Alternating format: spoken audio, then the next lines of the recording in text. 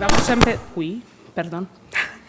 a empezar con la ponencia de hoy y os presento al ponente Cristina Garzillo, arquitecto y urbanista y coordinador de Gobernanza e Innovación Social de ICLEI, del Secretariat Europeo. Es miembro ICLEI desde el 2005 con más de 20 años de experiencia en gobernanza local. Es reconocida por su trabajo como experto en procesos de sostenibilidad local, gestión integrada y gobernanza, así como autora de numerosas publicaciones en el campo de la sostenibilidad local y transmisión del conocimiento. Cuenta también con una amplia experiencia académica adquirida como profesora en la Universidad de Parma. Bienvenida.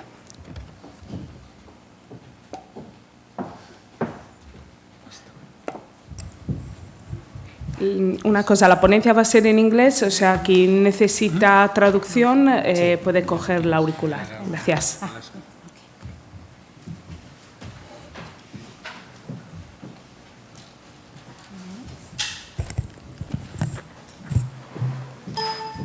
Gracias. I will speak in English, sorry for this.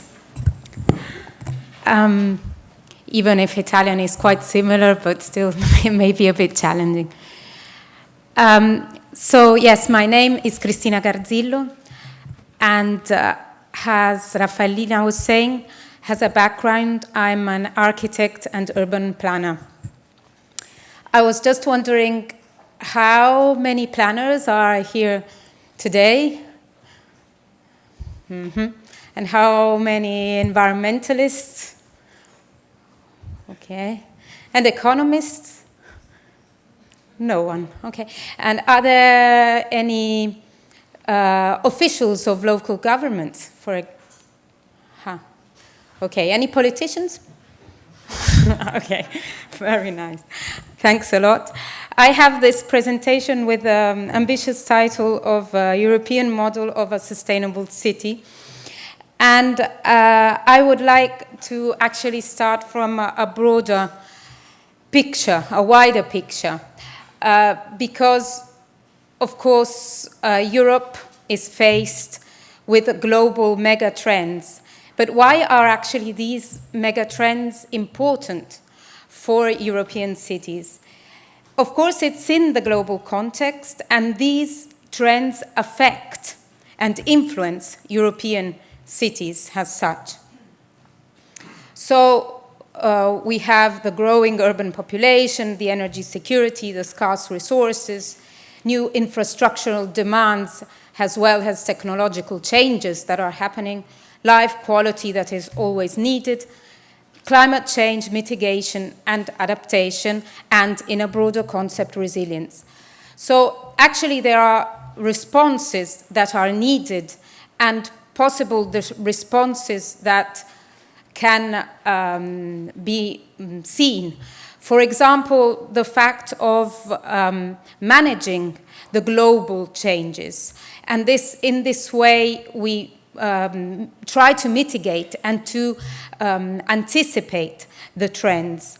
Or otherwise, we could adapt to the global trends. And in this case, we would seek also to reduce the harm that is happening by improving the resilience of the social, ecological, and economic systems. Here are some facts. Maybe you know them. These are from the World Bank. So the cities are key. 1.2% of the planet's surface, 50% of the planet's population, and 75% of global energy consumption and CO2 emissions. Of course, these are data. The Habitat reports also that today it's the 50% of the planet's population, but in 2 decades it will already be the 60%. There was a conference in 2012. You're maybe all aware about it. It was the Rio +20 conference that was actually an anniversary of the United Nations Conference on Environment and Development that took place in Rio de Janeiro in Rio de Janeiro in exactly 1992.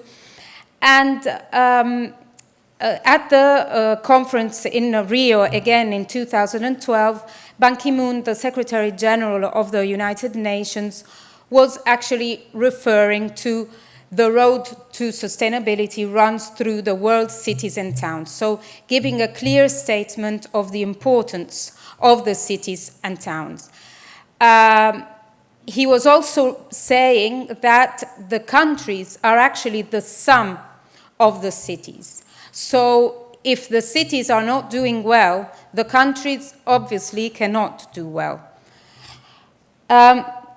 Yeah, this was there, and this was is the title of the outcome document that you maybe know, The Future We Want, that was released on the 20th of June. And that actually referred also and gave importance to the local authorities and to the governments as never before. Apart from, in 1992, you know that the agenda process was initiated with the local Agenda 21 that was referring to local governments. So actually what we see is that increasingly local governments consider themselves and are considered as global players when it comes to sustainable development. But what we also see is that actually the governance is in a kind of state of flux. So all the boundaries are being redrawn. There is a lack of public trust, and the expectations in the same times are rising. So there is a need to reshuffle these governance mechanisms. So new forms of governance are needed. And this is also one of the key messages. Also, there are many, I don't know if you're aware, many sustainability standards that are in place. One can be in favor or not, but there are standards at the global level for sustainable development and resilience of communities.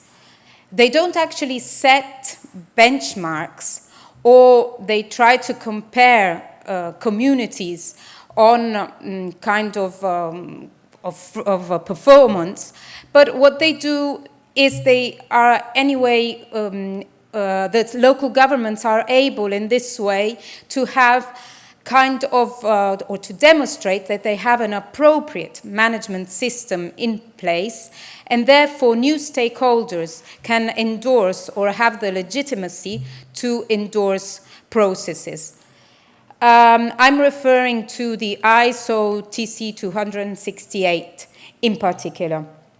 So new instruments are needed. As I said, one could be in favor or not of these standards, but anyway, this is how the trend is going. Data again from the World Bank. The world is urbanizing, as we were saying, and this is the data that I was referring to before. And also cities as engines of economic growth, because the global production is actually for the 75% generated in cities, and also now already the 60% in developing countries. If we move now to Europe, in Europe we have approximately 115,000 cities and towns. But what we have in Europe is particularly, we know from our context, middle and small cities. So in compared to other countries, nations worldwide, we have a prevalence of medium-sized cities. You know that the ecological footprint, of course, is usually expressed in spatial terms.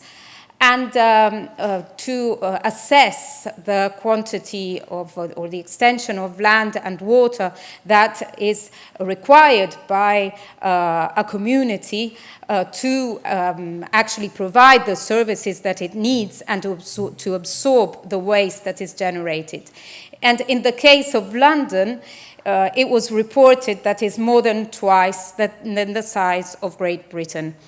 Actually, there are environmentalists here, so you know that the cities are, in comparison to the rural landscapes, because of the concentration of population and because of the concentration of services, are actually the ones that have the higher ecological footprints, even though the individual city dwellers in the cities so have a lower ecological footprints than their friends that are living in the rural areas. And this is usually because there are closer distances in a city, and of course the people living in the outskirts need to travel more generally by car.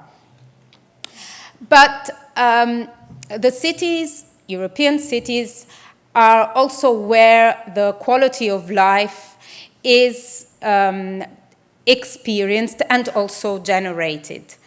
Quality of life is something very fuzzy. We don't have a clear definition of quality of life.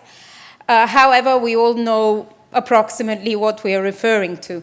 And quality of life has risen, has increased in Europe. In the last decades. Of course, we enjoy more luxury goods, we have more cars, we can travel to more and more remote places, and so on. But of course, we can see that then maybe Europe can be seen as a model. So if we have stable political systems, okay, now even not so much, highly organized and involved civil societies, clean air, rivers, and then we have now clean cars and good waste collections and wastewater, no child labor, of course, high level of safety, security. However, it's not so clear. It can also be seen as one of the most unsustainable areas in the world. And also, actually, quality of life has also decreased in other senses. And we can see that there are much more allergic reactions or diseases that are related to cardiovascular problems or perceived stress. And of course, you can see here pictures. There are the heat waves that produce 100,000, it was stated, deaths per year, and 350,000 premature deaths due to particulate matters in European cities. So it's not also pink, let's put it this way. As we were saying, the quality of life is quite difficult to define.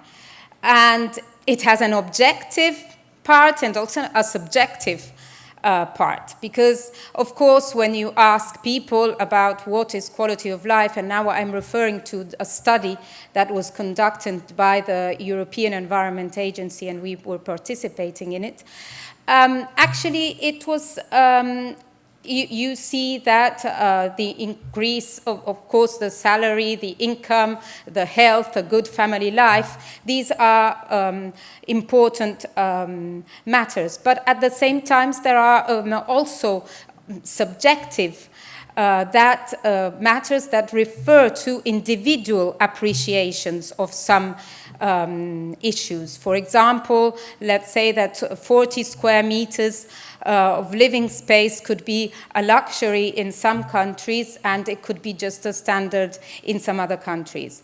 So you see here some definitions of quality of life. Quality and Sen says that quality of life can be defines the situation in which people can live a healthy, pleasant, and safe life, and can be who they want to be and do what they want to do. There were also very attempts, and there are still very many attempts of classifying and ranking quality of life in European cities. And also this is somehow quite subjective because, for example, Copenhagen, that was rated very high in many of these, let's say, rankings. At the end, if you were interviewing the people living in Copenhagen, they were saying that this was just an observed result. So, as again said, it's quite subjective. But at the same time, it's something that is referred in many political and scientific agendas. On the other hand, there is no clear definitions in official documents. So what is important is, however, to understand and to tackle the mismatch to what are the individual needs of people and the long-term vision of sustainable development, because of course we push further. As I was saying, we also want to make a status, I am rich by owning a new car, or just I am dynamic because I travel to more exotic places, and we push the things further. So the issue of the politicians is also that to try to find a balance between all domains of quality of life and considering their relationships. So between the needs for the societies and the individual demands. Just a few words about what we do, because I don't know if it's clear. We are not a research institute. We are an association of 1,000 local governments that are worldwide established, and a movement which tries to drive a positive changes, and a resource center in the sense that we provide training and tools for local governments. So this is our offices. I was saying that we are worldwide, and we have 15 different offices. And we have a European Secretariat. The European Secretariat is based in Freiburg, which is actually where I work in Germany. And we have 100 local governments members in 38 countries. So actually, cities networks are nothing really new. I mean, there were alliances between cities already. I think it was 438 before Christ, with many cities. I think it was Reggio Calabria and Athens that had a special agreement also economically. And then very important was in the 13th century, the so-called Hanseatic League, that was actually combining 100 cities, particularly from the Scandinavian, the Baltic, Germany, and Netherlands. So city networks are nothing new. However, I think that nowadays, because of the global and also in our case the European context, the cities feel more and more the need to compare, to benchmark themselves. So also this learning from each other is exactly the bread and butter now of the networks. Also, what they usually have is to gain a kind of visibility at the international level, and also they have a kind of internal recognition or legitimacy, because of course the visibility at the international or the European level brings this internal legitimacy. So, okay, what we're doing is actually good. This is some data on our secretariat in Freiburg. We have 2 offices and 50 people approximately, and these are our areas of work. So sustainable economy, governance processes, sustainable resources, climate and resilience, and then communication. Yeah, this is a bit what I was telling you before. So the fact also of getting involved in many European projects and keeping them up to date is one of the most important facts. Yeah, we have also so-called agendas. You can see them here: sustainable city, resilient city, low carbon city, green urban economy, biodiverse city, smart urban infrastructure, resource efficient cities, happy and healthy communities. We will see some of them more in depth. In particular, now they have been increased to 10, and in particular, what we felt was important was this city-region cooperation, because we have the feeling, as before I was saying, of the new forms of governance that are needed, that much is actually now really happening on the urban fringe. So as the cities are changing, even more are the outskirts of the cities, or what was the landscapes around the cities. So what usually was called, or before were called, rural areas. So it's important to analyze the city-region cooperation. And we talk very often about so-called bright lights. So we talk about London, we talk about Paris, we talk about Madrid, but then we don't actually talk about what is in between, because Europe is actually much more what is in between. It's not really city, it's not really country, but it's a kind of spread and sprawl that takes form. And this is where actually new forms of governments are needed. Sustainable cities, yeah, there was a magazine in UK that was referring to some weeks ago to, well, what did the future actually do for us? So why should we bother? Sustainable cities is one of the agenda. So the important is actually to bring everything together, because we don't actually have the appropriate skills now to deal with the challenges that are so much interlinked, that are social, ecological, economic, political, and so on. Here, there are many things that are happening for the urban level. So there is the DG Regio that is bringing, is carrying forward an agenda with the urban development groups, and also there are as I was saying, the standardization processes for cities that are going on. There is the discussion around the Sustainable Development Goals. I don't know if you're aware, that is coming after the Millennium Development Goals that have now been, is now finished, and so there is a new agenda worldwide for the Sustainable Development Goals, and there is this issue of introducing or not an urban Sustainable Development Goals. So many things are actually happening, as well as the 7th framework program, action program, environmental program of the Commission that refers to the cities.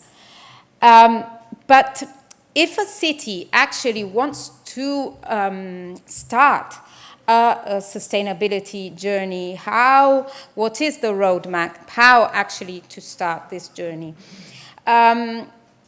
Well, there is this cyclic integrated management. So there is actually, cities are full of tools, full of now instruments. So why should we develop also new tools in some case? So an idea could be to integrate the existing tools and the existing dimension of sustainability, as well as in putting together all the different stakeholders. And within this management approach, we should start from the beginning. So what do we have? What is the baseline review? So what is the local context? And at the same time, who are the stakeholders involved? So what is the organizational setup? And then on the basis of the priorities of the local governments, then set specific targets on the basis of indicators and approve a series of actions and measures that can then be combined in a sustainability program and then implemented, and after 1 year or according to the cycle of the cities, evaluated, and then the cycle can restart again.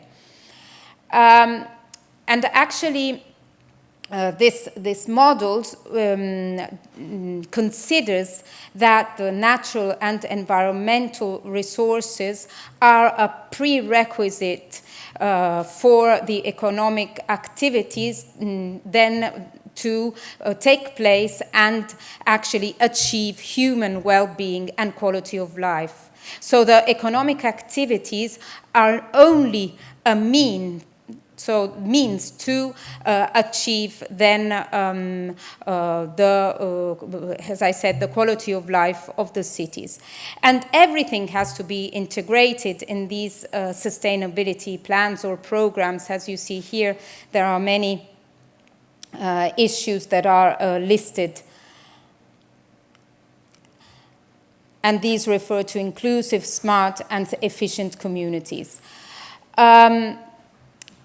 As I was saying, there are several agendas that we could look at. We will look at just a few because I want to bring you to another instrument. We talk about biodiverse cities. And here we have programs for biodiversities, the importance, I know that yesterday you talked about ecosystem services, so the importance of ecosystem services and how they can actually provide the services within the local government. And this goes together with resource-efficient cities. So how can city learn to use efficiently the resources within the local government itself. And another aspect is this of the happy and healthy community. It's important to continue somehow the debate on what is beyond the GDP. And from this we have learned a lot from this nation called Bhutan. Maybe you're aware about their happiness index. So this is just a very small country that is between India and China, and has refused the GDP as a mean of their growth, and is based actually only on the happiness index. Therefore, it's a very poor country, but in their constitution, the most important aspect is how to maintain the happiness of their citizens. So they have several indicators and several criteria to measure the happiness of the communities, and it's a real controlling system that they use year by year. So how to continue this debate is one of the actually important aspect of this agenda. And also the fact of bringing together the stakeholders. This is very important. Working together is also part, and it's a part of the governance processes, is very important for this agenda, because cities are not considered only as machines, but more in the human, in their human side. So there are anyway different tools that can be proposed to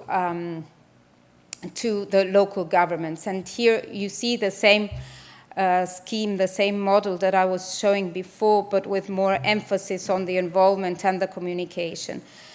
And I would like to show you now one of these that is called eco-budget, that we were using in several local governments.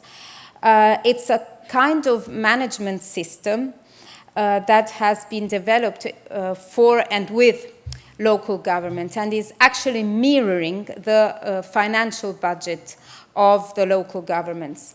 However, there is no monetary value of the environment, so no prices on the environment and on the natural resources. But it is based on indicators that are mainly environmental. The idea is to have targets that are set within environmental budgetary limits. And the other important thing is that it's conceived especially for local governments. So it's not like EMAS, for example, that was transferred to local governments. This is directly developed for local governments. So the idea is that we have scarce resources, and therefore we have financial budgeting, human, scarce personnel in many cities, so how there is a kind of personnel management because we have to tackle also cuts of resources in human personnel. And again, because in our cities there is scarcity of natural resources, we should have a kind of environmental budgeting. So if we can manage artificial resource through a budget, why shouldn't we do the same with natural resources? And this eco-budget follows the same cyclical integrated management system that I was showing before. So it mirrors the financial budget with the budget preparation, with the budget spending, and with the budget balancing. It's the same concept. And you see it here with these three phases. And here there are more in detail. In the preparation phase, there is a kind of administrative organization of the process, because in local governments, usually to have a kind of cross-sectoral teams is not often very easy, and there must be a kind of agreement coming from above, so how to create an integrated team that is putting people from different departments. And this is important for this eco-budget process. So create a cross-sectoral team and then identify the elements of the eco-budget. In particular, there is a so-called master budget that is based, as I was saying, on indicators, and I will show you later on, and targets. This budget will need to be approved by the city council. So it has to go to the city council, in the best cases, be debated and be approved. So the ratification, and then after the ratification, the measures can be implemented. So actions, measures to achieve those targets. There could be, in the meanwhile, also corrections of measures, but at the end, there will be a kind of budget balance. So what did we actually achieve, what we wanted to achieve? And in the end, a budget balance with, again, a ratification of the council for then start again the process. So, for example, a local government has some problems, because of course this is where we start. We have some problems, we have some issues. For example, traffic. What is the related resource? Well, our air quality could be the climate stability, the silence. We have to then choose some indicators to measure this. For example, the concentration of PM10. And define some targets that have to be in the long term, but also targets that can be in the short term. So a 1-year target, but usually for environmental issues, in 1-year target is not enough. And also long-term targets. So, for example, in 10 years' time, what is our target in 10 years' time? What are our indicators? Well, there is always a debate around this. Are generally indicators that we select for scientific purposes, or are they for agenda setting, or are they just for awareness raising? I mean, in the best of the world would be to have all the three. but it's actually also a bit difficult. So the aim is to target all of these. Let's take an example of a master budget. So, for example, if we had pollution in water or other problems with water and we want to analyze the resource water, we could have 3 indicators. Then we have to select a reference value for a base year. So it can be 1990 or 2000, it's just of the past. Then the last year's value. Then the long-term target, as I was saying, 10, 15 years target, and the short-term targets. Here we are with some values. Raw material, climate. And of course, you have to define the actions. And these could be existing actions that a local government has already, so they just need to put them in the system. But maybe the ambition to achieve a specific target could also make the government think, okay, maybe I need new actions on this. So you make a list of actions that can help you achieve the target. And it's also a kind of dilemma for the local governments, how ambitious they need to be. So is it better to have a less ambitious target and celebrate after 1 year the success? Or is it better to be more ambitious, to set more ambitious targets and then not have a risk of not achieving the target? So again, we could do the same for water. But in this case, this is an example of the budget balance. So after this master budget has been approved and after 1 year all the actions have been implemented, this is what it comes out. Then you need actually to refer to what has been achieved. So the balance illustrates whether the target has been achieved or not. This was an old budget balance of Bologna on the separation of solid waste, and this is what was actually the symbols that were used. So for the long-term target, the abacus, to give the idea of how much was really still needed. For example, on renewable energy, they were not very well positioned at that time. And here are various other examples of environmental budget balances of Lewis, because this system was used in many different cities in Europe. Växjö in Sweden, in particular, they were very keen on the carbon dioxide emissions from transport and services in their own municipalities. Fuel-free Växjö was their motto. There was also a Greek local authority. And the flexibility of this instrument was enhanced also by the fact that we managed to transfer it not only in Europe but worldwide. So here there are some examples in the Philippines, in the island of Bohol. And they had problems on the use of fertilizers. They had problems on the dumping of solid wastes. That was actually including also toxic material. And they had problems on the forests that were decreasing. In particular, the mangrove forest was for them very important. And indiscriminate quarrying was also a problem. So they had also issues that were quite different from ours, but they managed to define their master budget.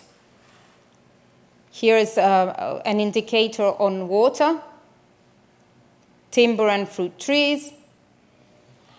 And in the same wish to transfer to other cities, we transferred it also in Rajshahi, which is a city in Bangladesh. And even there, the priorities were quite different. So for them, of course, there was no issue of separate waste, but there was an issue of collection of waste as such. And in particular, they wanted to collect the waste during the night. It was the best moment for them. And as you see, there is also the clinical waste collection, and also they had these machines that were used for the mosquitoes controls, and they wanted to reduce because they were emitting some kind of CO2, and this is why there had to be a decrease of this. And here are some, pictures of the mayor of Rashai that was also cleaning the streets at night. The other aspect, because the theme of this conference is on resilience, the other agenda that we take care about is on resilience. And of course, you know that the 7th Environmental Action Programme of the European Commission refers to the society's resilience. So we have a reference in the 7th Environmental Action Programme, and this is quite important. But let's say that resilience has had a kind of simplification in its meaning and also in its kind of application in the last periods. And so it has been referred very much to or looked in the sphere of the climate field. So, this was a kind of sectoral view of resilience. And also, some refer to the fact that resilience was actually a kind of opposite of vulnerability. And I'm referring to an article of Plenary and others on resilience trade-offs. So that it's actually the more resilience actions are then bringing less vulnerability. So there is a kind of reduction in this. But how actually to bring together the short-term vision of responding or adapting to natural disasters to kind of longer vision of sustainable transformation. So this is an issue. And I know that during this conference you've been told about the 100 Resilient Cities framework. I want to analyze a bit this more in depth, and because we are following some cities in this program. This is a program of the Rockefeller Foundation, and is actually helping the cities to build their resilience from and to support them then in building such resilience to face ecological, economic, and societal challenges. And here, this concept of resilience actually includes acute shocks that are the ones that you see on the left, so floods, heat waves, earthquakes, and so on, but also chronic stresses. So what day by day is kind of disturbing the city fabric. And here you see the unemployment, for example, or the environmental degradation, or the aging of the infrastructure, and so on. So this, there have been two waves already of cities that have been selected, and in the autumn there will be a third wave. So if there are any Spanish cities that are interested, because I think only Barcelona was included in the program up to now, and I'm quite sure that for Greece there were already 2 cities, for Italy 2, so maybe there is still some chance for the next phase. It's important within this program to bring all stakeholders together and all needs, again, what is already existing in the cities, and analyze them through resilience lens.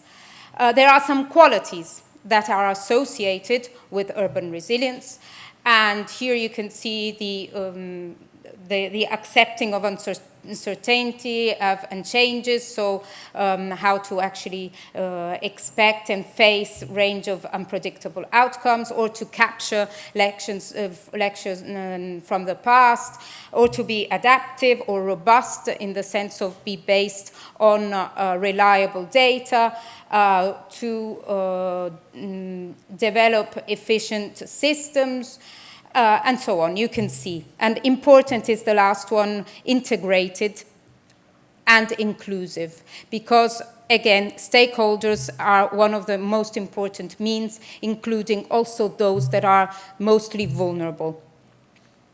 Here's, again, the program, and here's the framework. You can see this circle is their framework to diagnose and understand the resilient strengths and weaknesses. Yeah, who, what, when, how. These are the qualities that we were referring to. And as I was saying, the process will bring to a resilience strategy by engaging all these stakeholders and raising awareness and somehow developing a plan for addressing the risks and opportunities. Here's a kind of graph of what is happening. In particular, the process has two phases.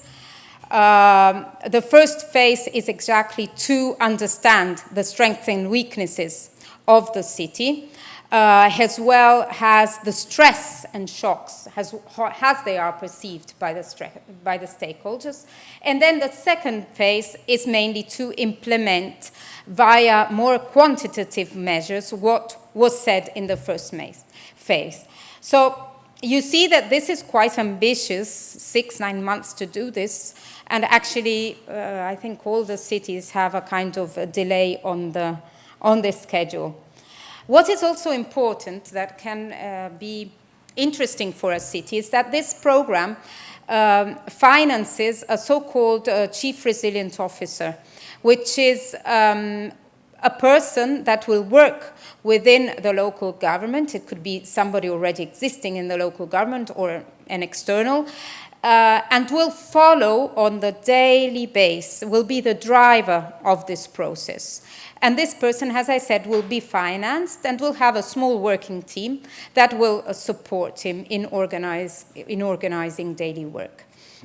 There will be a steering committee that will be formed by internal and external stakeholders, so around 10-15 people that follow the process. There will be working groups that actually could be already existing working groups. So if you have, I don't know, already some problems on water, and you have already an existing working group on water, you could include this inside. And you have strategy partners. That is what actually we are doing within this process, so to support in the project management and providing some expertise and other guidance, particular to the Chief Resilient Officer. I will go quite quickly here, because actually it's more inside the process. The process starts usually with a workshop, an agenda-setting workshop. So in order where the mayor or a very high political representative needs to participate and open the entire process. And usually it's a 100 people seminar or workshop that kicks off the entire project. So here are the two phases. As I said, the first is more preparing, identifying also the gaps, but also analyzing what is there with kind of resilience lens, and then identifying new opportunities that in the second phase will be then implemented and defined in this resilience strategy. Here are some slides on the resilience of Rome. So what was asked to the stakeholders is, does the city know which risks it's exposed to, which are these risks, and how do current policies enhance or not enhance Rome's resilience resilience vis-à-vis these risks? What are the risks? What are the opportunities? and therefore the engagement of stakeholders in different workshops with different stakeholder groups.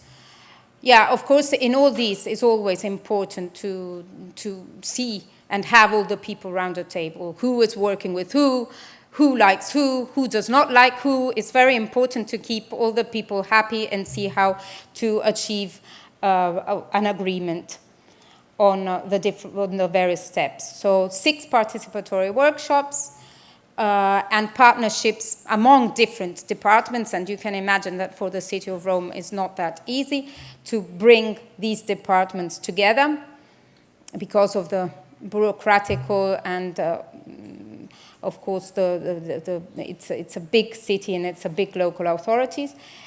And first of all, the strengths and weaknesses were analyzed, and what are the exogenous trends that impact on the city. This was all very freely asked to the stakeholders, and to analyze then the existing actions. So this is how we worked. And then all this has been inserted in specific tools. So these are the existing actions. And then there was also a questionnaire for citizens that was on the free press. You know this free press that you find usually in big cities. So it was there, and it was also online. And then anybody could compile it and then put them in a kind of post box that were in various stations of the metro. Also, focus groups have been organized on different themes, on critical infrastructure and assets. And here you can see some of the results of the tool, where the major risks that were identified were defined according to shocks and stresses. And when it's red, you can see that for the stakeholders it was mostly important. For example, the floods.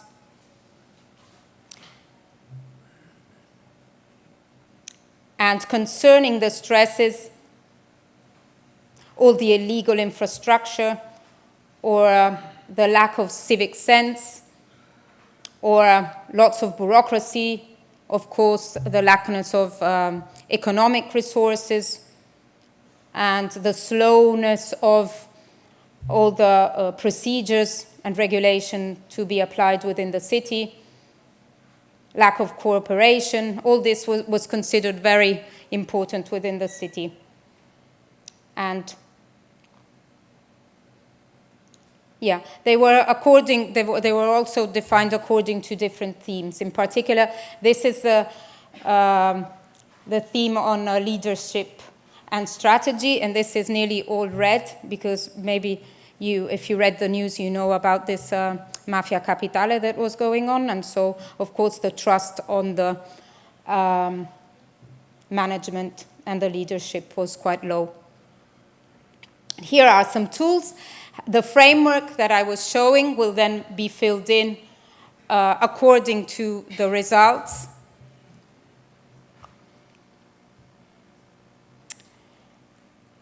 And here are some graphs, but I will move quite quickly. This is how it looks, for example. Again, the red is where more work should be done. Okay. All this is also very important if, and there is a clear link, I think here is also quite important to state, because of the audience, the link between the researchers and the policymakers. We are analyzing this quite in depth, because there are several obstacles, contextual, cultural, structural, in the sense that they, researchers and policymakers work in very, very different environments. The policymakers have the need to find practical solutions to problems, and the researchers have the need to develop high-level quality results that may or may not have an impact on the society. or immediately. And the policymakers need to face evolving challenges on economic, social, political, but in very rapid times. So it is difficult, and usually is not anymore that the researchers is not a kind of only linear process. So it's not that the research feeds into the policy anymore, but it's a kind of interaction between the two. Yeah, there is a lack of communication between researchers and policymakers, lack of common understanding, and lack of trust. So what are the issues that we've analyzed? In the interdisciplinarity does this generate the barriers? Or the barriers between the disciplines generate underlying problems for fostering it? So, because of course we know that the scientific knowledge is based on disciplines. So this is an issue. And do researchers produce research that is actually matching with the policy agenda and needs? Are the policymakers on the other side aware of what is going on from the researcher's point of view? So is there too little link of the universities with the territory? Because I was talking to a director of the city of Oslo some time ago, and he was actually saying, well, the researchers of my university are actually only interested in research in China, so I can't receive any help from them. But is there, on the other hand, some isolation of the researchers? And what about this short-term funding? Is this also an issue? So the fact that we analyzed, we had also a project, and we continue these thoughts and these debates yearly. It was a project on brokerage, so-called brokerage process between local governments and researchers. So we had in the project both of them.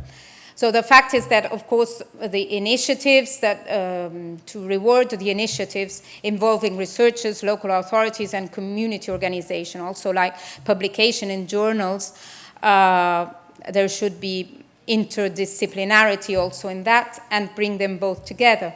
Or encourage a more active role of researchers in local debates and media, because often they are out of this. Or establish some partnership between cities and academia. This in the Scandinavian countries is, for example, more often seen. There are like some resource centers which employ both researchers and local governments. And then again, build long-term relationships based on mutual trust. Also because sometimes the fact that we have ad hoc projects and limited to specific number of years, of course, doesn't increase or can't manage to increase the cooperation and the trust between the two. Well, having said all this, I go back to the starting of my presentation. And I would say that, so there are many, many changes that are happening. There is lots of complexity, there's lots of competitivity, there is a lot of chaos, which is also a kind of precondition of innovation and change. And also, we see that the timelines have become very much shorter and the changes are very fast. Well, this is not necessarily something negative, because there was an old professor that was saying pressing milk makes butter. So maybe this could also be something positive. But we have to see how to adapt to all this and how to respond. The Europe 2020 refers to inclusive, smart, and sustainable communities. So the innovation, the skills, the jobs are the key words of this Europe 2020 strategy. It's important that cities manage to attract and invest. It's very important that we manage to have cities that bring all together vibrant centers that are intellectually on a high level. And now I'm referring to the rise of the creative class of Florida, so that talented people actually attract are attracted by other talented people. So if there is a dynamic kind of city, of course, it's going onwards and not backwards. And this is what is the sense of my presentation, that it's not just about sustainable neighborhoods, that we have many examples about this, sustainable districts or ecological districts. It's about how, from these small examples, we can gain actually the big picture. And this man in the middle of this photo is actually my great-great-grandfather. He was working in the man with the stick. He was working in the salt mines of a small town in the south of Italy, in Calabria. And this salt mine was huge, one of the biggest in the world. And there were like more than 500 employees among technicians, administrative staff, and workers. And the dimension of the salt mine were huge. It was on 7 different levels. And this city, this town became actually quite big because attracted employees from all over southern Italy, but also from Italy as such. And the salt was exported in Italy, but also in Europe, because it was full of lots of salt. And there were also many visitors coming, and they were enjoying like handworks made of pure salt that were made for tourists and visitors. Well, to cut it short, this salt mine was closed for various reasons, and the city ended. So the citizens were reduced. Now it's only like a little town of 2,000 and something inhabitants. And because the working force, because the skills, because the labor was finishing, that was the inglorious end also of the city. Just for an example of the fact that cities need to be attractive and invest. Well, I would just like to conclude on a more positive note, that maybe this Cirque du Soleil that could be used maybe as a metaphor for the lives in our cities, because actually they evoke creativity and innovation, and they are a perfect mix of actually governance issues and management issues. In addition to this, they have lots of creativity, lots of imagination. And their motto is, if you have no legs, run. If you have no hope, invent. Last things, just to let you know that there will be a conference on the 27th, 29th of April. It will be a very, very big conference in Bilbao. So if you're interested, because there is a series of European conferences in towns happening every 3 years. This is the 8th. Normally, there are around 500 people, so if you're interested, I don't know yet venues, but these are the dates, 27th, 29th of April. Thank you.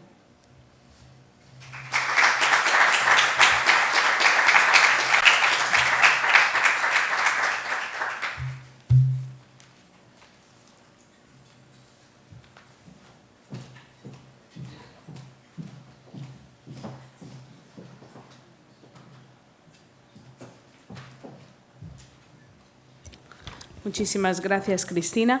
Vamos a dejar las preguntas para la rueda de prensa y pasamos a la sesión de comunicaciones. Invito a sentarse a la primera ponente, que es María Dolores Andujar-Montoya, arquitecto por la Universidad de Alicante y docente de la misma universidad.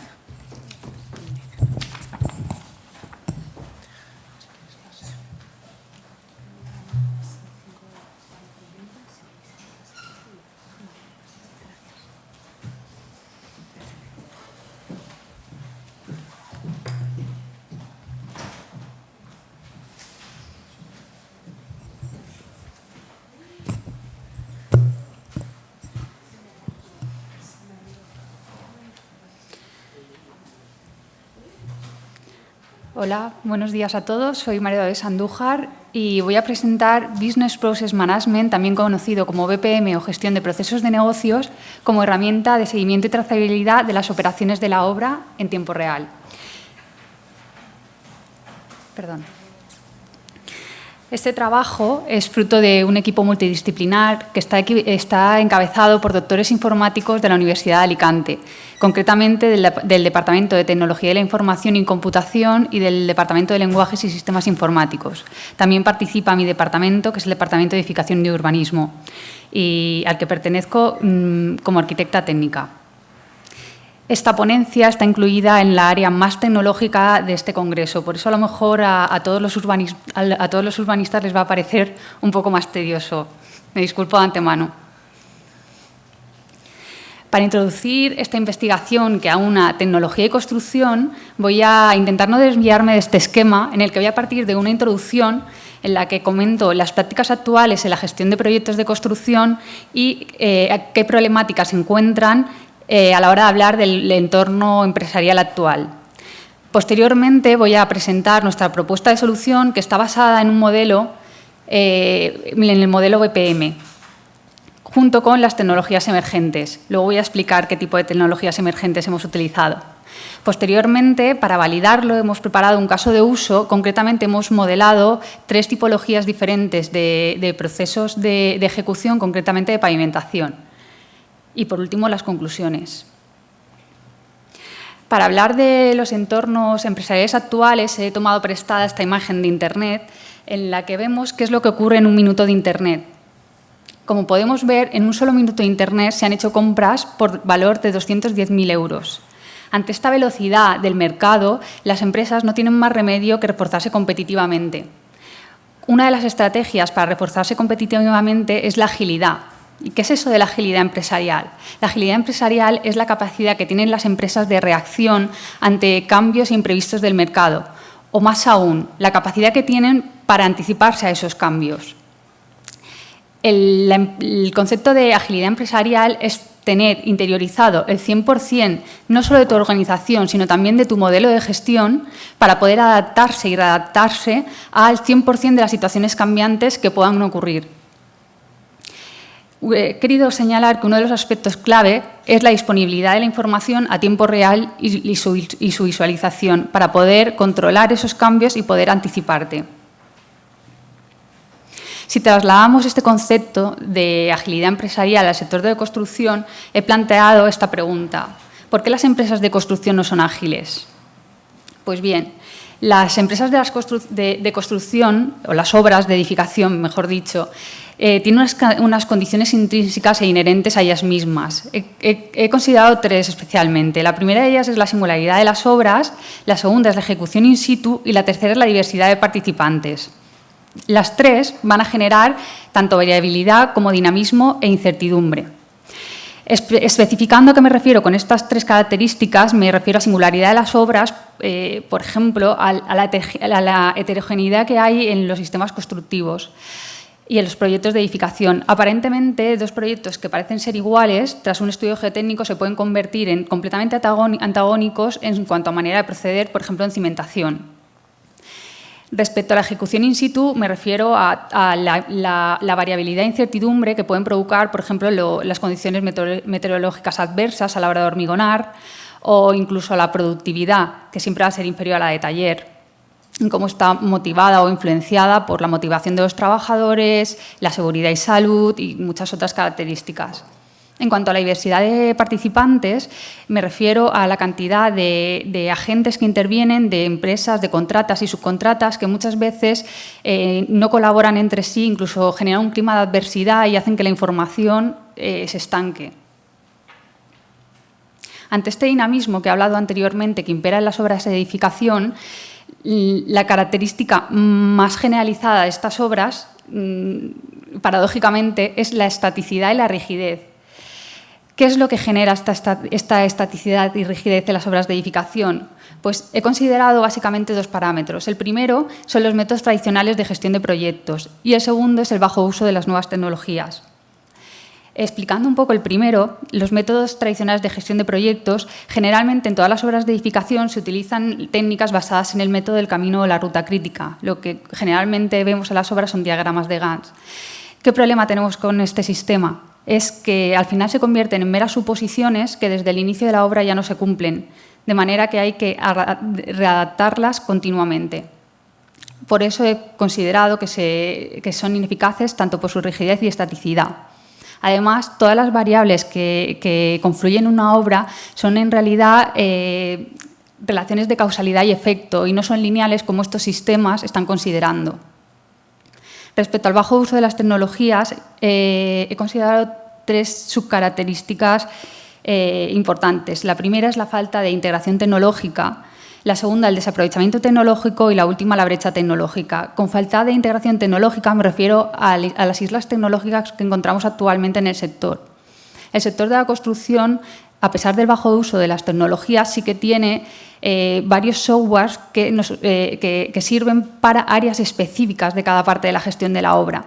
Eso lo único que nos convierte en tener varias islas tecnológicas con dificultad de integración. Sí que es cierto, he considerado el desaprovechamiento tecnológico porque sí que existen empresas que tienen implantados sistemas de planificación de recursos empresariales, los conocidos ERPs. ¿Qué problema hay con los ERPs? Pues que la mayor parte de estas empresas que los utilizan han manifestado un desaprovechamiento tecnológico. ¿Por qué? Porque al final estos sistemas tienen un origen manufacturero que no se adapta a las condiciones de las obras de edificación, por lo que después de la inversión generada, al final caen en desuso y los jefes de obra acaban utilizando hojas de Excel.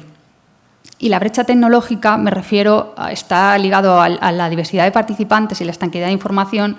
Si encima no tengo un modelo que me integre toda esta información, al final la información no fluye y se queda estanca. Como hemos dicho antes, uno de los aspectos claves era la fluidez de información. ¿Por qué es tan importante esta información en tiempo real? Bueno, pues la información precisa y lo antes posible me va a permitir controlar la calidad y controlar y reducir costes y plazos. Me va a producir una gestión del cambio y una toma de decisión mejor. Y además me va a ayudar a reducir los residuos procedentes de los procesos de construcción. ¿A qué me refiero con estos residuos? Pues me refiero a tiempos de espera, movimientos innecesarios, potencial humano subutilizado y trabajos mal ejecutados, duplicados o a veces incluso innecesarios. Como os he comentado antes, la propuesta que ofrecemos ante esta problemática es un modelo basado en el paradigma BPM, Business Process Management, junto con tecnologías emergentes. ¿Qué clase de tecnologías emergentes? Pues hemos considerado tecnología emergente tipo wearables, dispositivos móviles o sensores inteligentes tipo IoTs, los Internet of Things. Nos referimos a wearables con todos los relojes inteligentes o gafas inteligentes, los dispositivos móviles o los dispositivos cotidianos que normalmente ya utilizamos y sensores inteligentes tipo IoTs, por ejemplo, en nuestro caso hemos utilizado pantallas táctiles con acceso a Internet. ¿Qué es realmente BPM?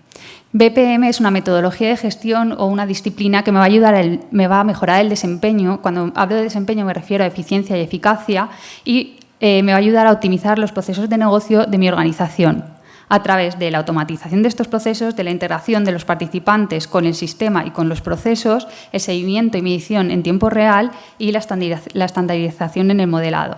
Esto me va a permitir conocer qué actividades se están realizando, quién las está haciendo y qué estado y toda la información relativa a cada actividad.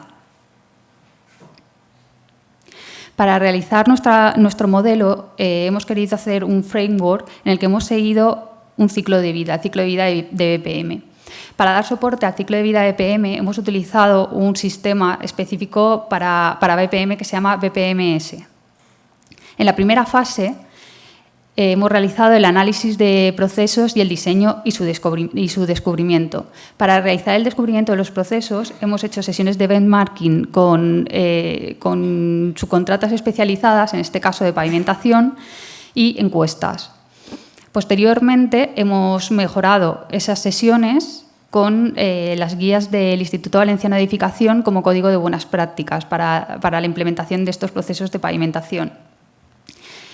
Después del análisis y descubrimiento de procesos, hemos procedido a su modelado a través de la notación estándar de BPMN Notation, que es tan fácil e intuitiva como que lo he podido hacer yo misma.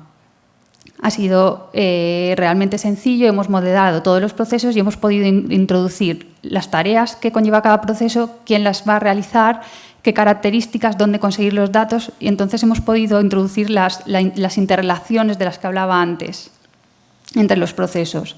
Posteriormente, en la fase 2 del ciclo de vida de EPM es donde han entrado en juego los ingenieros informáticos, que han trasladado esta notación basada en diagramas de flujo a un formato directamente ejecutable. Posteriormente, en la fase 3, que se corresponde con la gestión y seguimiento, es donde entra en juego la trazabilidad, que me va a permitir detectar desvíos, incluso ya no detectarlos, es que el mismo sistema va a enviar notificaciones en cuanto se produce algo que no es esperado. Perdón. Posteriormente, en la fase 4, se resolverán todas las deficiencias encontradas, mejorando el proceso. Quería hablar un poco también de las bondades de BPM en cuanto a que voy a conseguir un modelo holístico, es decir, un modelo integral. Este modelo integral, además, considera las tecnologías de información como un pilar fundamental. ¿Esto qué quiere decir? Esto quiere decir que me permite introducir los wearables y los dispositivos que hablábamos antes para hacer la integración de las personas junto con el sistema y los procesos más accesible y más fácil, más transparente, más intuitiva, con menos aversión a las nuevas tecnologías. Pero además, otra de las bondades que tiene BPM es que toda la inversión en tecnología que ha realizado mi empresa hasta ahora no es desechada. BPM permite embeber esa tecnología e incorporarla a través de SOA, que son las siglas de Arquitectura Orientada a Servicios. Puedo introducir esas capas, las puedo integrar a mi nuevo sistema BPM. Por tanto, no es una inversión desechada, y es lo que hablaba del aprovechamiento tecnológico aquí. Vale, aquí he querido introducir una transparencia un poco con el guiño a la temática de la sostenibilidad del Congreso, que a lo mejor no es el objetivo principal de BPM, pero sí que al final es un objetivo también específico. ¿En qué me mejora en cuanto a eficiencia y sostenibilidad? Pues primero porque BPM me va a permitir la alineación de objetivos de la empresa con los procesos de negocio. ¿Esto qué quiere decir? Si uno de los objetivos de mi empresa es ser sostenible, lo voy a alinear junto con lo que voy a hacer. No es solo una idea, estoy integrándolo en mi sistema. Además, quería destacar la eficiencia operacional. He destacado esta cita que creo que resume de manera muy escueta y clara lo que quería transmitiros, y es que las mejoras energéticas y ambientales pasan necesariamente por el incremento de la eficiencia en los procesos involucrados.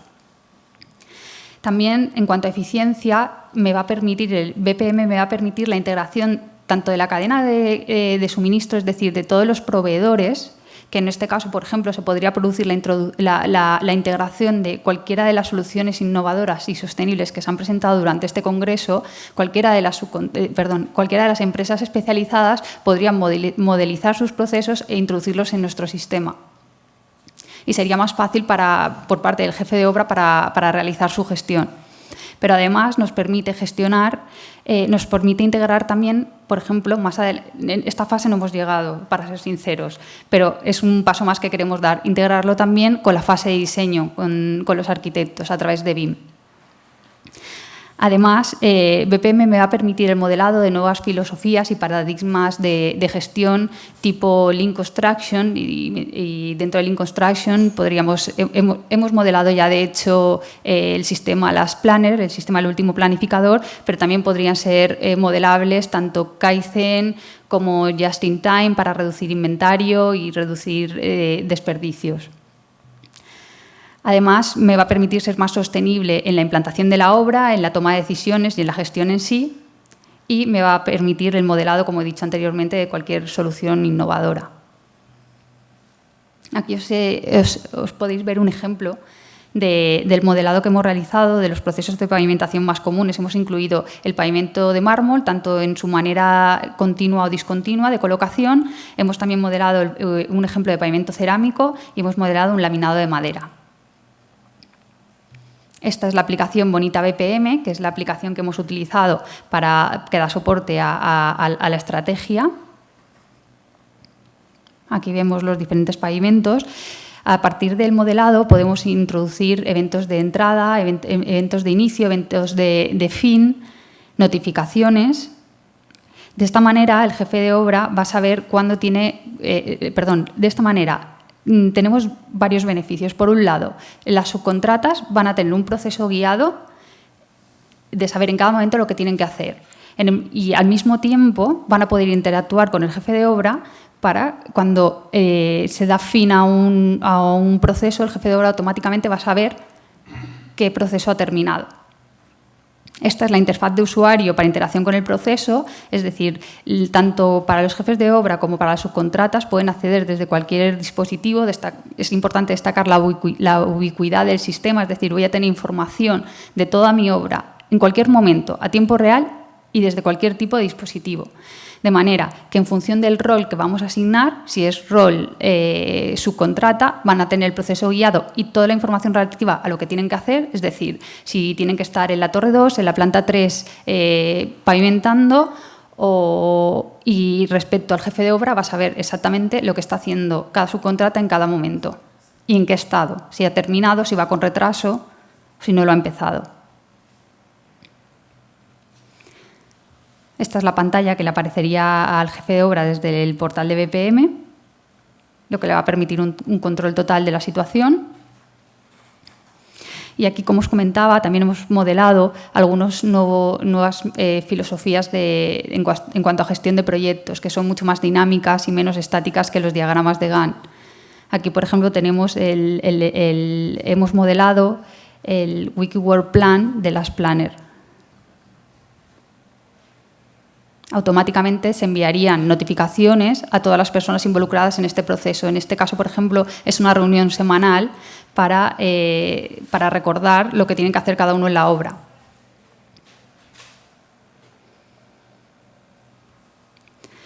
Y, en definitiva, como conclusión, simplemente volver a recordar los problemas a los que se enfrentan los sistemas actuales de gestión de proyectos y cómo nuestra propuesta de solución a través de BPM y la tecnología emergente me va a proporcionar un sistema ágil y flexible que se adapte a las circunstancias al 100% y, además, me va a permitir disponibilidad y acceso a información a tiempo real, ubicuidad de información, reducir errores por falta de información, sincronización y coordinación de todos los actores, aumentar la transparencia del proceso, la gestión del cambio de manera rápida y eficaz y la detección de desvíos.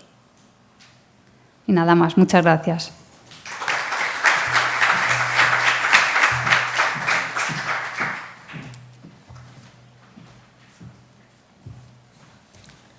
Tenemos unos minutos para preguntas. Sí. Hola, la verdad es que el tema parece muy atractivo. Yo realmente estoy en la línea de que los móviles, los wearables, van a ser nuestros compañeros de vida ya, o sea que como el carnet de identidad o más. Igual lo sustituyen. Pero sí que me he quedado con la duda de si, desde luego, me parece complicadísimo tener una visión global de lo que es la obra en un wearable, a lo mejor en una tableta pues tener un poquito más. Y yo la veo totalmente necesaria. Me imagino que la aplicación permitirá tener una visión global de todo el proceso, porque si no la tiene, claro, eso está muy bien para ver unas tareas concretas cómo están evolucionando. Pero cuando llegas el lunes por la mañana y tienes a todos ahí que van a atacar, lo primero que has mirado el domingo por la noche antes de dormir es saber cómo tengo todo el panorama, ¿no? Exactamente. A ver, realmente, cuando he realizado una crítica a los sistemas actuales, por ejemplo, del método crítico o los diagramas de Gantt, no es que este sistema lo que va a hacer es complementarlo. Es decir, siempre vamos a seguir teniendo una visión global, tipo con un diagrama de Gantt o con las nuevas filosofías que he comentado anteriormente, como puede ser las Planner, que parte de un master schedule, y de ahí sí que se va realizando una programación colaborativa, es decir, a través de compromisos fiables entre todas las subcontratas, y a partir de ahí sí que se va a ir reduciendo al grano fino, que es lo que me va a aparecer en las pantallas, pero yo siempre puedo volver a una visión más global. Incluso en la misma oficina de la obra puedo tener una pantalla táctil grande o una pizarra electrónica donde sí que voy a tener mi visión global y a partir de ahí puedo ir al grano fino, que es lo que me va a ayudar a gestionar tener la panorámica global evidentemente es importante, pero ese ir al grano fino me va a permitir detectar qué es lo que se está yendo en los desvíos con anterioridad. O sea, qué me va a producir que me desvíe de mi planificación con anterioridad. La visión global me va a permitir verlo una vez ya se ha desviado y me va a permitir decir cómo puedo reconfigurar para volver a estar en plazo. Pero esta visión tan detallada me va a permitir anticiparme incluso a estos imprevistos. Vale, perfecto. Gracias. Muy bien, muchas gracias. Pasamos a la segunda comunicación, nos la presenta Enrique Mínguez Martínez, profesor de urbanismo en la Universidad de Alicante y en la Universidad Católica San Antonio de Murcia, y también profesor invitado por la Universidad de La Habana.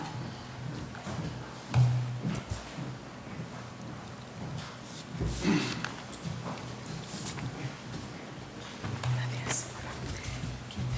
15 minutos más unos 5 de preguntas. Si agotas el tiempo, me preguntas. Buenos días. La charla de hoy se basa en explicar cómo los desarrollos urbanos compactos, de alguna manera, en nuestra opinión, están condicionados por los parámetros sostenibles que decimos aquí, cómo se deberían de reconfigurar, y sobre la legislación urbanística, cómo ha condicionado a ellos. La primera imagen es una imagen que viene del proyecto EcoCity, donde habla de cómo son las ciudades un poco ideales, las que deberíamos de conocer, ¿no? Las que deberíamos desarrollar, ciudades de distancias cortas, concéntricas, con densidades cualificadas, con espacios verdes estructurantes. Todo esto lo iremos viendo. Todos conocemos este modelo de ciudad, pero sin embargo, los planteamientos que tenemos es que las ciudades, sobre todo los periféricos, que es donde más vamos a trabajar, no se están desarrollando así. Desde el año 75, con la ley de suelo del 75, el texto fue refundido del 76, hubo una densidad máxima para todo el territorio nacional que hablaba de 75 viviendas por hectárea, con las repercusiones que había para dotaciones y equipamientos.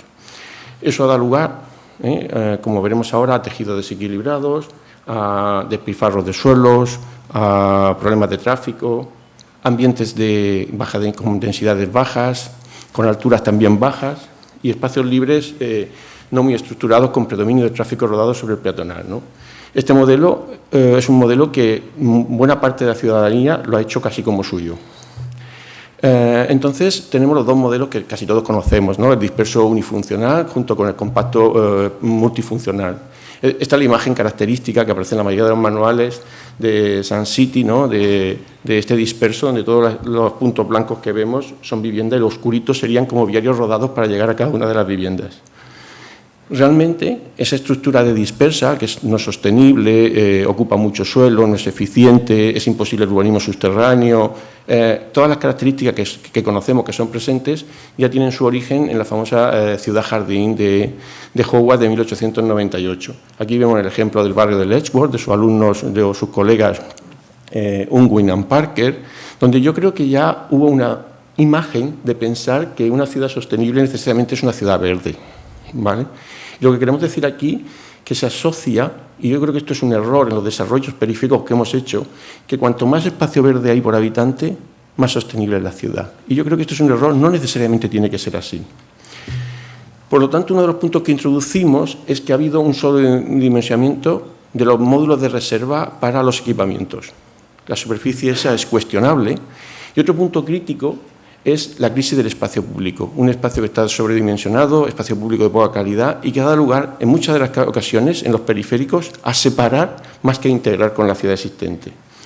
Por lo tanto, los paisajes periféricos que estamos viendo ahora mismo en la ciudad son cada vez más inhóspitos, son monótonos, les falta vitalidad, las densidades son bajísimas. Hemos pasado en los últimos 30 años de densidades de 125 o 150 viviendas por hectárea, con los habitantes que eso representa, densidad de población, más la gente trabajadora en ese mismo entorno, a densidades de 20, 25, 30 viviendas por hectárea. Es insostenible este sistema y, lo más importante, nada de trabajadores dentro de los residentes de este núcleo que estamos desarrollando. Mayor cantidad de espacios libres no significa necesariamente mayor calidad de las zonas de residenciales, y mayor cantidad de espacio público en un principio puede significar menor densidad y compacidad, por lo tanto, mayor fraccionamiento. Estos modelos, en toda la cuenca del Mediterráneo, en el arco mediterráneo, son los resorts, los complejos residenciales que se vienen haciendo en la costa mediterránea, son muy conocidos, cualquiera de ellos. Son complejos caracterizados por baja densidad, a veces las densidades son 3-4 viviendas por hectárea. No hay mestizaje de tipologías, estamos hablando de casi una sola tipología, barrios absolutamente un tanto monótonos, no hay nada de complejidad social, no hay actividad, no hay vida social, y estos son todos los desarrollos que en la costa mediterránea, muchísimos de ellos son los frecuentes, los que hemos tenido haciendo, ¿verdad? Si vemos las imágenes que tenemos aquí del urbanismo que hemos hecho en los últimos 20 o 30 años, tenemos que preguntarnos qué es lo que ha pasado. Es decir, si nosotros, he puesto la imagen de EcoCity, sabíamos cómo tenía que ser el urbanismo sostenible, si sabíamos cómo tenía que ser la ciudad compacta, de distancias cortas, policéntrica, esta que veremos ahora, ¿cómo hemos dado lugar? ¿Qué ha pasado por la legislación o por los planificadores, por los arquitectos, para dar ciudades que estamos diciendo que son absolutamente ineficientes y que todo el mundo coincide que son ineficientes y que tenemos que intentar controlar? Repito, estamos hablando de los desarrollos que están basados en planes parciales, la figura más extendida de planeamiento, los nuevos desarrollos, los que están vinculados a la ciudad. Cualquiera de los ejemplos que vemos aquí son ejemplos de falta de mestizaje, falta de complejidad social, la mayoría de ellos, uniformidad absolutamente tipológico, y si os dais cuenta, las densidades son, en la mayoría de estos, muy bajas, 30 y tantas viviendas por hectárea, 20 y tantas viviendas por hectárea, y las características que tenemos son este tipo de barrios. Normalmente grandes vías que disgregan más que unen, espacio para el coche, no espacio confortable como veíamos ayer que era necesario, no espacios flexibles, y todos los que estamos viendo aquí son todos primos hermanos. Y estos son los últimos desarrollos que se han venido haciendo, por ejemplo, en la periferia de Madrid. Todos son de este tipo, hablando de densidades de 44 viviendas por hectárea, espacio para el coche, todos son viviendas absolutamente poco vividas. Estos son los esquemas, o por ejemplo el caso de Ciudad Santo Domingo, 3,1 viviendas por hectárea, quiere decir que cada parcela tenía 3.000 metros cuadrados para una sola vivienda. O desarrollos donde el espacio verde es un espacio verde slope, absolutamente que es de relleno, no hace ciudad, en todos estos grandes desarrollos que están casi hiperpublicados en cualquier manual. Entonces, la pregunta que nos hacemos ¿es posible desarrollar las características de la ciudad sostenible dentro de la normativa vigente? ¿Es posible que la normativa que tenemos hasta ahora mismo invita a hacer una ciudad compacta y sostenible? ¿Qué modelo de ciudad nos permite el ordenamiento legal vigente? ¿Sería quizá conveniente revisar los porcentajes de dotaciones para espacios verdes y equipamientos? O cuando estudiamos la guía metodológica de los sistemas de indicadores, CASBI, LIN, BRIAN, o la guía Plan Especial de Indicadores para Sevilla, cuando habla del espacio libre por habitante, de 10 y 20 metros cuadrados por habitante, ¿realmente se sabe lo que se está diciendo? Esto no disgrega, no fracciona más que une. La ciudad compacta se está consiguiendo con estos números. Estas imágenes no corresponden a ninguna de las imágenes que hemos visto anteriormente y son todos los grandes desarrollos periféricos que hemos hecho. Es imposible que tengamos en los desarrollos anteriores esta vida que tenemos en estas ciudades. Tenemos Barcelona, Copenhague, la calle Stroge. Antes hemos visto con la compañera Cristina las imágenes que aparecían de Friburgo, las imágenes que aparecían eran ciudades con vida. Había vida, pero es imposible a los periféricos que haya vida, porque falta esa complejidad. Y falta otra serie de parámetros que tenemos que cuestionar. Entonces, lo que intentamos es que estas imágenes que tenemos aquí, las plazas, estas son plazas de Murcia, cualquiera de los ambientes, es decir, en cualquiera de los desarrollos que estamos hablando es muy difícil encontrarlos. ¿Qué es lo que está pasando? ¿Qué es lo que estamos haciendo? ¿Cuál es lo que falla? ¿Qué es lo que falla? Gell, en esta tabla, con el último libro que ha hecho de Ciudades para la Gente, nos está diciendo que las densidades, pero no solo Gell, Frey, Rogers, todo el mundo habla que tenemos que ir a densidades, Ramón López de Lucio, Hernández Aja, todos estamos trabajando que tenemos que tener más densidad. Aquí habla de 155 viviendas por hectárea, esta tabla para altas densidades, y muy importante, hace falta masa crítica. Las ciudades, si no hay gente, la ciudad no está vivida, hace falta gente en las ciudades. Gente significa densidad de población. Entonces, estamos hablando que no solamente es importante que haya gente, sino además hace falta que haya gente que trabaje en la ciudad. Hay que crear unos parámetros que condicionen a que la gente pueda residir, para que sea una ciudad de distancias cortas, para no necesitar utilizar el coche, para que el transporte público sea sostenible. Todo esto en las escuelas lo explicamos, todos lo sabemos. Los desarrollos que hacemos van en otra dirección. Por lo tanto, siguiendo ejemplos de este tipo, de la relación entre densidad y forma urbana, Meta Berghausser en Holanda, o por ejemplo esta publicación de la revista de Amasté, cruzamos tres datos. Cruzamos el dato de la edificabilidad, de la ocupación y del índice de altura. Es necesario encontrar una proporción de ocupación para que sea el entorno sostenible. Y por esto tiene que decir, los parámetros urbanísticos tienen que estar, digamos, de forma controlados así. El modelo compacto multifuncional lo tenemos todo claro. Cojo aquí una definición de Richard Rogers, pues una ciudad densa, socialmente diversa, donde las actividades sociales y económicas se solapen y donde las comunidades puedan integrarse en su vecindario. Ese es el modelo que estamos intentando buscar, que hemos puesto en la primera imagen. Ese es el modelo importante. Una ciudad compacta, multicéntrica, donde se concentran las densidades en el centro, se dispersan en la periferia, donde el transporte sea sostenible, donde la calle tenga vida. Todos esos modelos lo conocemos, pero todo lo que hemos visto antes no era posible. Si tenemos esta imagen, la de la izquierda, vemos que la misma gente puede estar en los tres sitios. En el primero será disperso, los equipamientos no estarán cerca, el transporte público será ineficiente. En el de la derecha, al concentrar, a buscar la compacidad, conseguiremos que funcione mucho mejor. En este mismo esquema le damos vida a los centros de las ciudades, que es el modelo ROT de Richard Rogers planteado para Parkbit, y para Shanghái, para East Manchester, para cantidad de sitios planteados. Y entonces vemos que los polinúcleos se hacen enseguida eficientes. Con lo cual, lo que estamos intentando es ver qué entornos son posibles, periféricos que existan. Y no es fácil encontrar tantos entornos periféricos que sean eficientes y que funcionen, no por razones metabólicas, que la mayoría sí, sino por razones de planificación urbana, sino por razones de que los parámetros sean los indicados para hacer una ciudad compacta. Este ejemplo, estuve hace 2 años aquí, es Hammarby Hostas, que está en Estocolmo. Es uno de los ejemplos con una densidad moderada, tendiendo hacia alta, tiene un espacio público de calidad, por razones metabólicas es ideal, está referenciado en cualquier manual, pero sobre todo por la propia estructura urbana. La ocupación de la edificación sobrepasa el 40 y tantos %, es muy importante lo que vamos a hablar ahora, para poder hacer que la ciudad sea de distancias cortas. Por supuesto, el transporte público es eficiente, reciclable, metabolismo urbano, espacio público de calidad. Otros, GWL, puede ser de los ejemplos que tenemos como referenciales. Solar City con escasa densidad, pero espacio público de calidad, pero sin embargo, los que tenemos a lo mejor en España, que son tanto paradigmas, o Sarriguren, o tenemos Valdespartera, sería más que cuestionable pensar si la ocupación que tiene y la densidad es suficiente para decir que esa ciudad es la ciudad compacta que estábamos hablando antes, y que esos ambientes que veíamos antes donde la gente estaba presente era. Entonces, ¿qué falla? ¿Qué es lo que hemos hecho mal, ¿no? Este es el otro ejemplo de Valdespartera que decía, donde los ejes viarios, en mi opinión, producen grandes discontinuidades, los bloques. Pero metabólicamente, a nivel de tamaño de manzana, funciona bien. Lo que no funciona bien es luego la propia estructura de la ciudad existente, en mi opinión.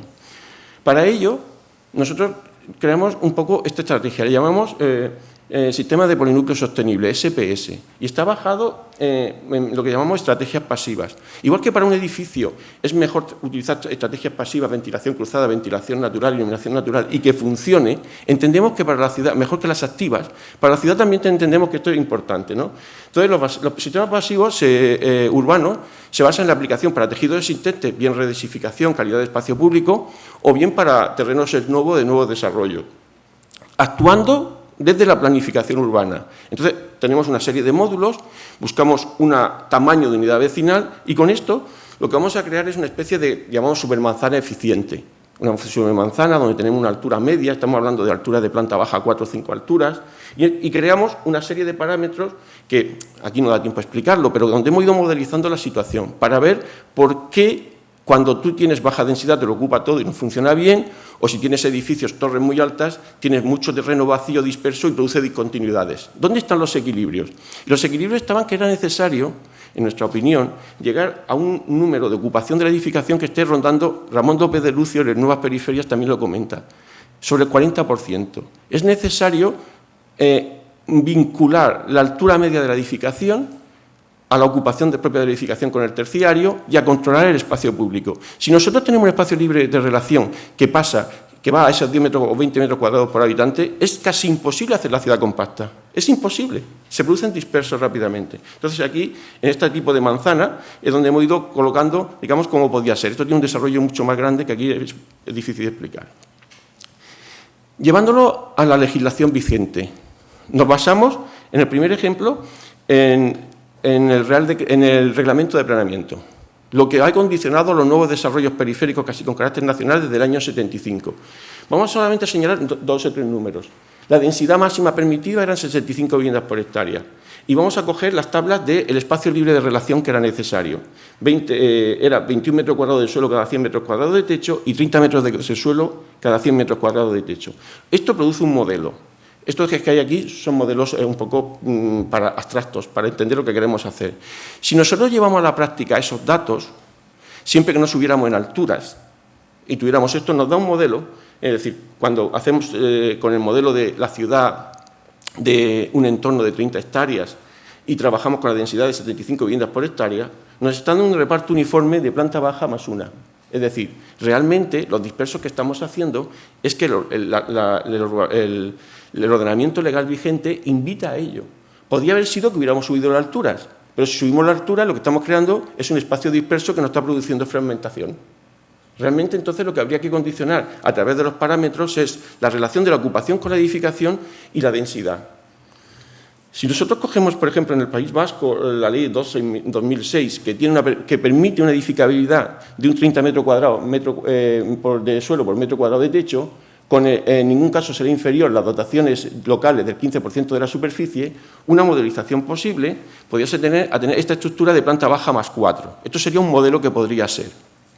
Si cogemos, por ejemplo, la Comunidad Valenciana, nos damos cuenta que con una densidad de 60 viviendas por hectárea, con la superficie que tenemos de cesión de 15 metros cuadrados de suelo cada 100 metros cuadrados de techo y 20 metros cuadrados, realmente los desarrollos que aparecen son de una o dos alturas, todos dispersos.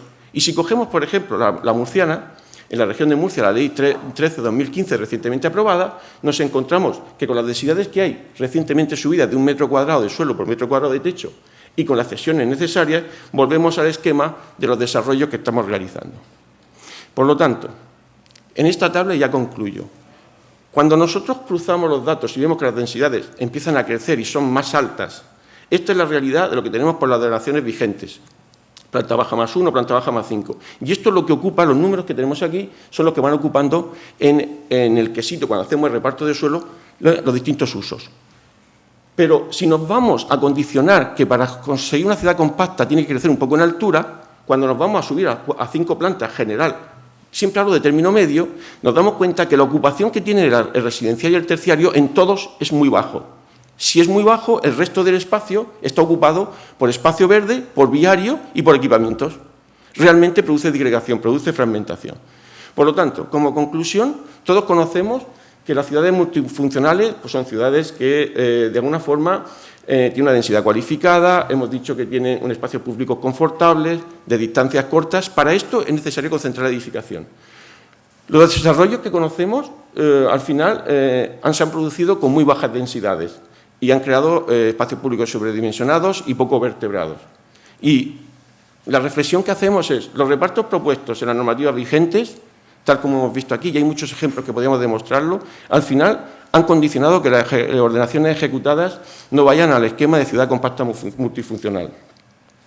Creemos que los parámetros que se están divulgando en la guía metodológica, muchos de ellos, todas las que estamos citando, cuando hablan de espacio público en relación de 20 metros cuadrados por habitante, producen más fragmentación que enriquecer el espacio. Los sistemas urbanos pasivos, como el sistema de polinucleos sostenibles, que son estructuras que permiten redimensionar la ciudad, con estos parámetros de ocupación de suelo y proporcionándolo, creemos que es una de las estructuras más eficaces para obtener entornos urbanos compactos y sostenibles. Y por último, creemos que debería de ser en la normativa vigente muy importante introducir el concepto de densidad funcional, donde se van relacionando los parámetros y no la densidad solamente es un número, sino que cruzamos con la complejidad, con el número de altura y con la ocupación del tejido residencial.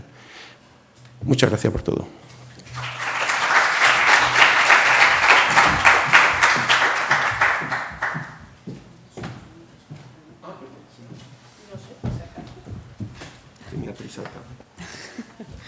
Tenemos unos minutos para unas preguntas, si alguien quiere comentar algo. Pues nada, lo dejamos aquí. Nos vemos a las 11:30 para la segunda parte de las comunicaciones y para la mesa redonda.